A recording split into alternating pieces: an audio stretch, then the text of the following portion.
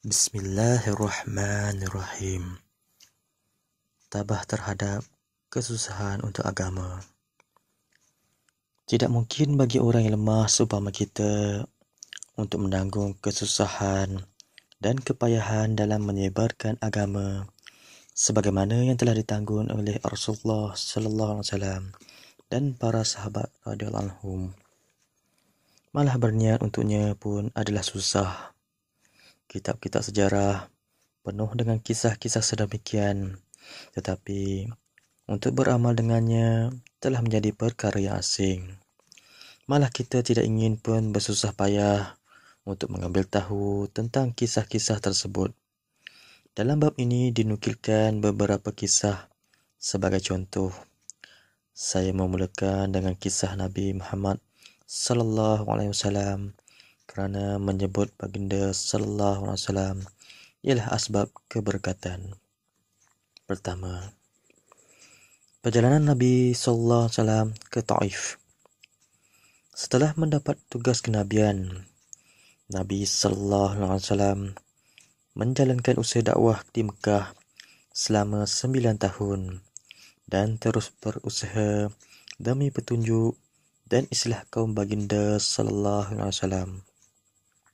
Di kalangan orang yang menolong baginda sallallahu alaihi wasallam terdapat hanya segolongan kecil daripada mereka yang telah menerima Islam serta segelintir orang yang masih belum memeluk Islam. Kebanyakan orang kafir Mekah berusaha sedaya upaya untuk menyusah dan mempersendakan baginda sallallahu alaihi wasallam serta para sahabat radhiyallahu anhum dengan berbagai-bagai cara tanpa melepaskan sebarang peluang yang ada. Bapa saudara baginda sallallahu alaihi wasallam, Abu Talib juga ialah antara mereka yang baik hati. Walaupun tidak memeluk Islam, dia tetap membantu baginda sallallahu alaihi wasallam dalam semua segi. Selepas 10 tahun baginda sallallahu alaihi wasallam menjadi nabi, apabila Abu Talib meninggal dunia, orang kafir pun mendapat lebih banyak peluang untuk menghalang penyebaran Islam dan menyiksa orang Islam dengan berbagai-bagai cara secara terbuka. Nabi sallallahu alaihi wasallam telah pergi ke Taif dengan anggapan bahawa di sana ada kabilah Thaqif yang ramai bilangannya. Sekiranya kabilah tersebut memeluk Islam, maka kaum muslimin di Mekah akan mendapat keselamatan daripada segala kesusahan tersebut dan Taif akan menjadi pusat penyebaran Islam. Setelah tiba di sana, baginda sallallahu alaihi wasallam telah berbicara dengan 3 pembesar yang dianggap tinggi darjatnya. Baginda sallallahu alaihi wasallam menyeru mereka kepada agama Allah Subhanahu wa taala dan berusaha menarik perhatian mereka untuk membantunya. Walau bagaimanapun, mereka bukan sahaja tidak menerima ajaran baginda sallallahu alaihi wasallam, sebaliknya telah menjawab secara kasar dan tidak berakhlak sekali. Sekurang-kurangnya mereka patut melayan tetamu yang baru datang dengan baik, sesuai dengan sifat suka melayan tetamu yang memang termasyhur di kalangan bangsa Arab. Sebaliknya mereka telah menjawab secara kasar. Mereka juga tidak rela Nabi sallallahu alaihi wasallam tinggal di sana. Nabi sallallahu alaihi wasallam menganggap mereka yang merupakan pembesar kaum ialah orang yang baik dan akan bercakap dengan sopan. Tetapi salah seorang daripada mereka telah berkata, "Hoi, engkaukah orang yang Allah Subhanahu wa taala hantar sebagai nabi?" Orang kedua pula berkata, "Tiadakkah orang lain daripada kamu yang Allah Subhanahu wa taala temui untuk diutus sebagai nabi?" Orang yang ketiga pula berkata, "Aku tidak ingin bercakap dengan kamu, kerana kalaulah kamu sememangnya nabi sebagaimana didakwa, maka mengingkari percakapanmu mendatangkan musibah, dan sekiranya kamu seorang pendusta, aku tidak ingin bercakap dengan orang seumpama itu." Apabila Nabi sallallahu alaihi wasallam tiada menaruh harapan lagi terhadap pembesar-pembesar itu, baginda sallallahu alaihi wasallam cuba bercakap-cakap pula dengan orang lain, kerana baginda sallallahu alaihi wasallam ialah seorang yang mempunyai hemah dan kecekalan seumpama gunung. Malangnya, tiada seorang pun yang sanggup menerima. Bukan sahaja mereka yang tidak menerima, bahkan mereka telah berkata kepada Nabi sallallahu alaihi wasallam, "Keluarlah dari bandar kami ini serta-merta. Pergilah ke mana-mana yang kamu suka."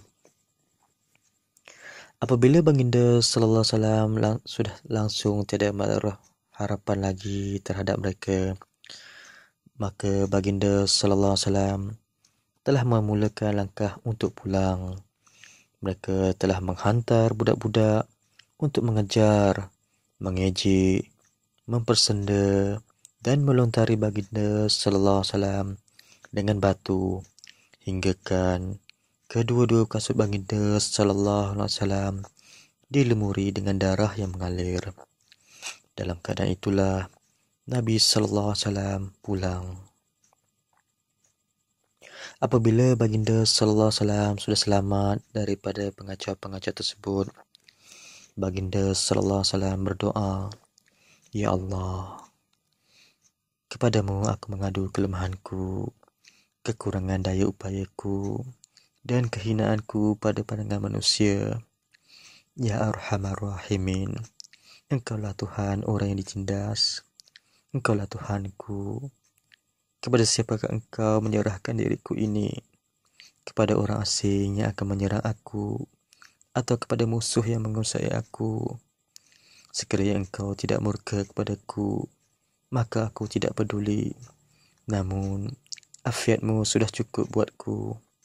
Aku berlindung dengan nur wajahmu yang menerangi segala kegelapan, dan teratur di atas nur itu urusan dunia dan akhirat. Daripada Engkau menurunkan kemarahanmu kepadaku, atau Engkau murka kepadaku, kepadamulah aku tak merayu sehingga Engkau redha. Tiada sebarang daya untuk melakukan kebaikan dan tiada upaya untuk melakukan kejahatan kecuali dengan petunjukmu." Dengan doa sedemikian, bersemaraklah sifat qahar Allah Subhanahu wa taala, Raja segala kerajaan. Lalu Jibril alaihissalam datang memberi salam dan berkata, "Allah Subhanahu wa taala telah mendengar perbualan kaum itu dengan Tuan dan telah mendengar jawapan mereka, serta menghantar satu malaikat yang bertanggungjawab ke atas gunung Ganang. Perintahkan sahaja malaikat itu supaya melakukan apa-apa yang Tuan kehendaki." Selepas itu, malaikat tersebut memberi salam dan berkata, "Saya akan menunaikan segala yang diperintahkan oleh Tuan. Sama ada diperintahkan supaya saya melaga-lagakan bukit bukau di kedua-dua arah, supaya mereka semua akan hancur, atau apa-apa sahaja hukuman yang Tuan tetapkan." Baginda sallallahu alaihi wasallam ialah seorang yang amat pengasih lagi belas kasihan. Baginda sallallahu alaihi wasallam telah memberi jawapan, "Aku tetap menaruh harapan kepada Allah Subhanahu wa taala bahawa walaupun mereka ini tidak memeluk Islam, pasti akan lahir orang yang akan menyembah Allah Subhanahu wa taala dan beribadat kepadanya di kalangan anak-anak mereka." Keterangan. Inilah dia akhlak peribadi mulia seorang yang kita berbangga-bangga menjadi pengikutnya. Sebaliknya, apabila kita sendiri mengalami sedikit kesusahan atau kita dilempari dengan kata-kata kesat, kita akan menjadi begitu marah sehingga kita menaruh perasaan dendam yang tidak padam-padam seumur hidup kita terhadap orang yang telah menyakiti kita. Kezaliman demi kezaliman kita lakukan ke atasnya, sedangkan kita mengaku yang kita ialah mengikut Nabi Muhammad sallallahu alaihi wasallam, yang mengikut jejak langkah baginda sallallahu alaihi wasallam. Setelah menanggung kesusahan dan penderitaan yang sebegitu dahsyat, baginda sallallahu alaihi wasallam sendiri tidak pun mendoakan keburukan ke atas mereka dan tidak juga mengambil sebarang tindak balas. Semoga apa yang kita dengar ini dapat kita ambil iktibar dan kita sampaikan kepada mereka yang tidak hadir di sini. InsyaAllah. Kita tutup majlis ini dengan tasbih kifarah. Subhanallah wa bihamdi. Subhanallah wa bihamdika. Asyhadu an la ilaha illa anta. Astaghfiruka wa atubu ilaik.